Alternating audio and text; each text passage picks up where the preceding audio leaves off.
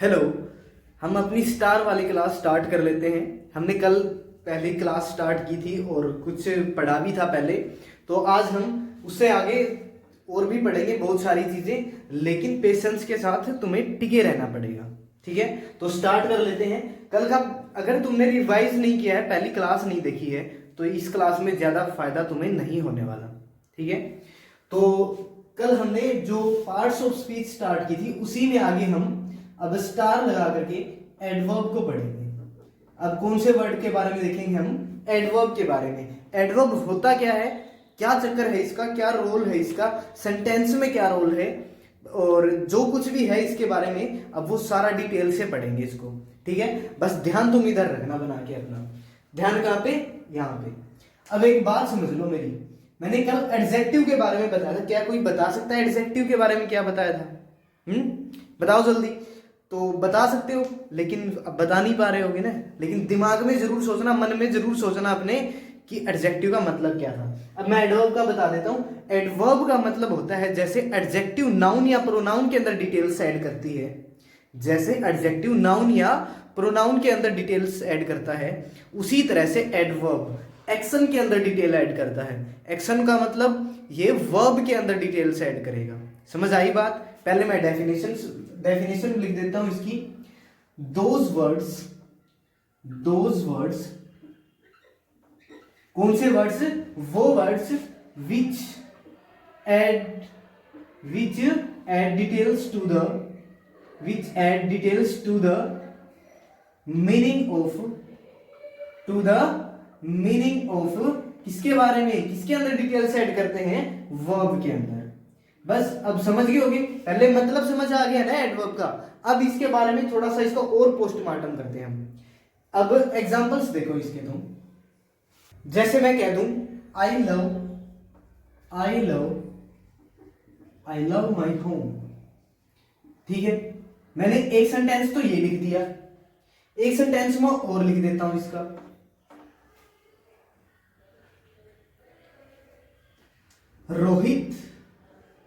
Rohit went home. ये दो sentence मैंने अलग अलग लिख दिए हैं। अब तुम कहोगे हम इसमें कैसे बताएं कौन सा वर्ड क्या है, कौन सी एडवर्ब है, ये कैसे पता लगे? तो कल मैंने जैसे तुम्हें नाउन में बताया था कि तीन चीजों के अगर तुम्हें रिप्लाई मिल रहे हैं तो वो पक्का नाउन है। कौन कौन से? हु, हुम, और कौन सा था? व्हाट। ये तीन मैंने बताए थे। उसी तरह से मैं तीन चार वर्ड्स इसके भी बताता हूं, उसी तरह से रिप्लाई उन वर्ड्स का इसके अंदर आए तो समझ जाना ये एडवर्ब है। पहला वर्ड लिख लो। पहला वर्ड है हाउ, सेकंड वर्ड है व्हेन, थर्ड वर्ड है वेयर, और फोर्थ वर्ड है, चलो तीन ही देख लो, तीनों से पता लग जाएगा। ठीक है, ये तीन वर्ड का रिप्लाई जब तुम्हें सेंटेंस के अंदर मिल जाए तो समझ जाना वो पक्का कौन सा है? एडवर्ब है। और ये भी मैंने कल तुम्हें बताया था कि इन पार्ट्स ऑफ स्पीच की इंपॉर्टेंस क्या है। एग्जाम में डायरेक्ट तुमसे पूछ लेता है अंडरलाइन करके, जैसे तुम्हें यही कह दे ये बता दो इस सेंटेंस के अंदर इस वर्ड की पार्ट्स ऑफ स्पीच क्या है, इसी तरह से इसके अंदर भी दे दे, तो तुम ये समझोगे ना कि अगर यहाँ पे चलो मान के चलते तुमने पता लगा भी लिया कि ये एडवर्ब है, तो तुम कह दोगे ये तो एडवर्ब है। हमें पता लग गया कि होम जो है वो एडवर्ब है, तो तुम यहां पे भी कह दोगे ये एडवर्ब है। और वो जो रट्टेबाजी है उसमें तुम फिर फंस जाओगे। कैसे फंस जाओगे? तुम गलतियां कर देते हो चीजों में, इसलिए मैं कह रहा हूं कि डिटेल से और अच्छे से पढ़ो इनको। ये आई है, ये किसके लिए यूज हुआ है? मेरे लिए मैंने यूज किया है। ये मेरे लिए मैंने यूज किया है, इसका मतलब ये नाउन तो नहीं, ये प्रोनाउन है। किसी के लिए कोई वर्ड यूज होता है उसको हम क्या बोल देते हैं? प्रोनाउन बोलते हैं।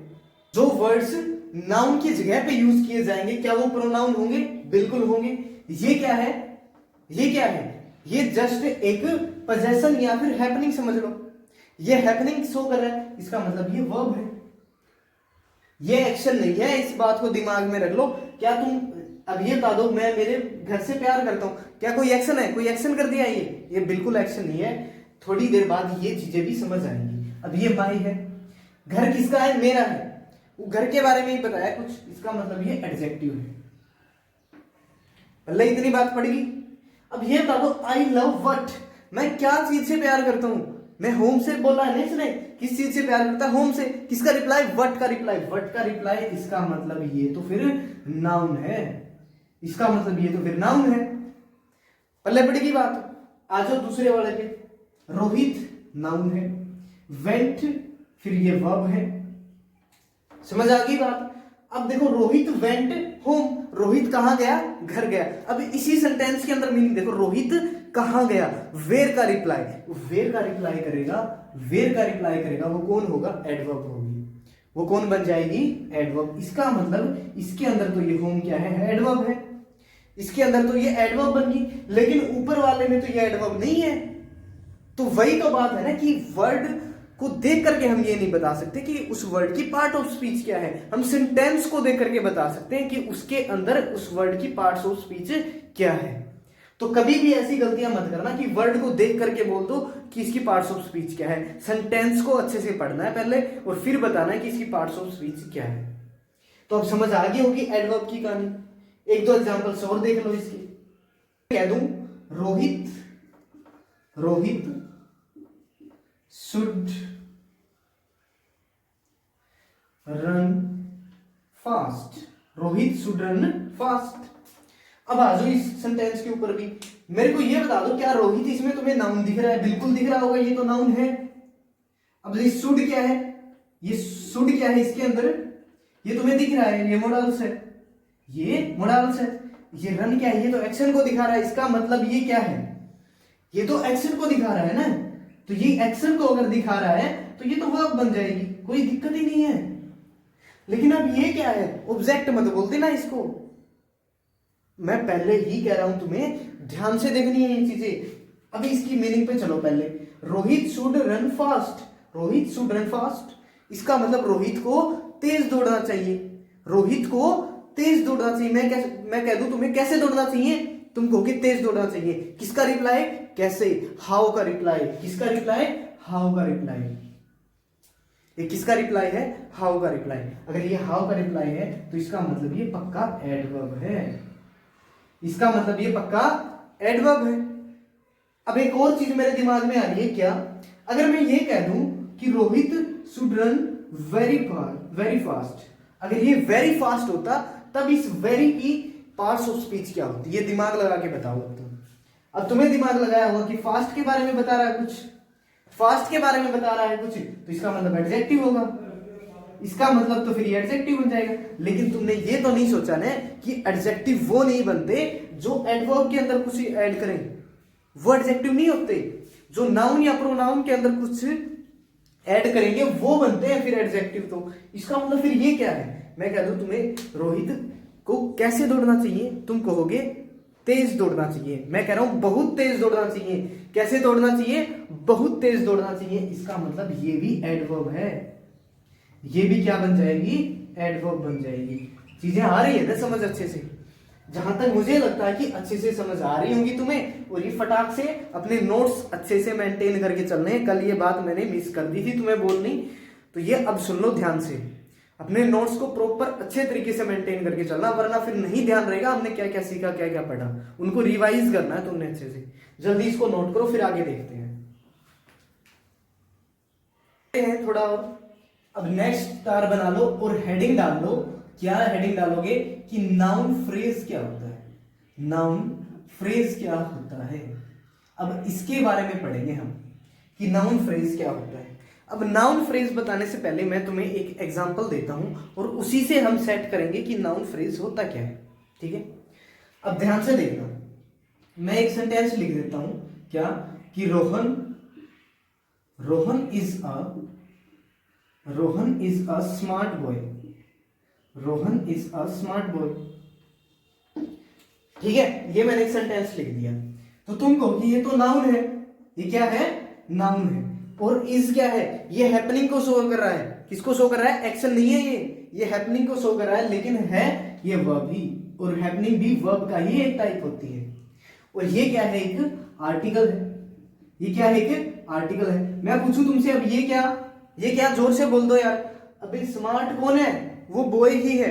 बॉय के बारे में ही कुछ बता रहा है। और बॉय कौन है? बॉय किसी लड़के के लिए यूज किया है। वही किसी लड़के के लिए यूज कर लिया। और ये बता दो क्या स्मार्ट इसके अंदर डिटेल्स ऐड नहीं कर रहा? इसका मतलब तो ये एडजेक्टिव है, इसका मतलब तो ये एडजेक्टिव है, हाँ या ना? अगर ये एडजेक्टिव है तो मैं तुमसे ये बात कह दूं कि फॉर्मेशन तो कुछ ऐसे होती है, सब्जेक्ट प्लस में वर्ब प्लस में ऑब्जेक्ट, ऐसे ही होती है। तो ये तो हो गया भाई सब्जेक्ट, ये पोर्शन खत्म, ये होगी वर्ब खत्म, और ये बाकी सारा क्या, ये बाकी सारा क्या, ये पूरा ऑब्जेक्ट ही होता है, ये पूरा का पूरा ऑब्जेक्ट ही होता है। लेकिन अब ये कलेक्शन ऑफ वर्ड्स बन गई, इसमें अब एक वर्ड नहीं है, अब इसमें 3 वर्ड हैं। लेकिन जो कुछ भी आया है वो सारा उसके उस लड़के के ही बारे में आया है। लेकिन मेन चीज क्या है? मेन चीज तो यही है ना, मेन चीज तो यही है, इस बात में कोई दिक्कत नहीं है, ये मेन नहीं है। लेकिन अब ये सारा का सारा क्या बन चुका है? ये कलेक्शन ऑफ वर्ड्स है, इसके अंदर कितने भी वर्ड्स आ सकते हैं, इसके अंदर कितने भी वर्ड्स आ सकते हैं। तो इस कलेक्शन ऑफ वर्ड्स को क्या बोलेंगे? इसी को तो फ्रेज बोलेंगे, इसी का नाम है फ्रेज। इसी को अब हम क्या बोल देंगे? इसी को नाम दे दिया जाता है किसका? फ्रेज का।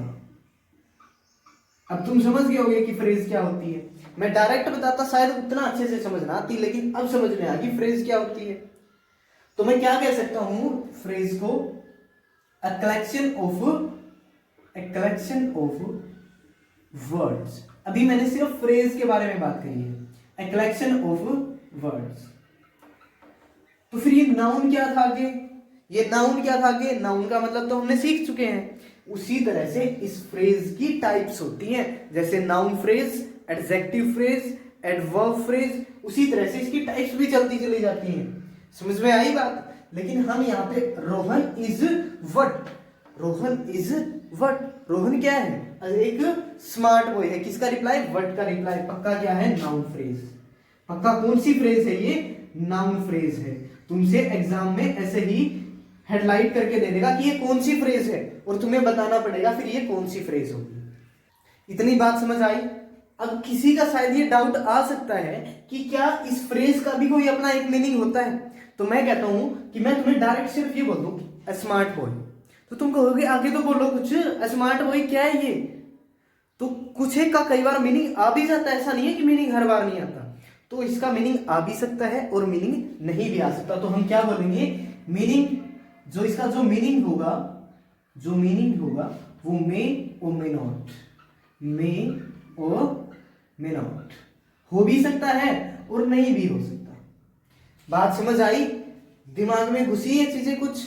बिल्कुल, ये आसान चीज थी, कोई ज्यादा मुश्किल बात है नहीं। फटाक से नोट कर दो और फिर हम आगे और बढ़ जाएंगे।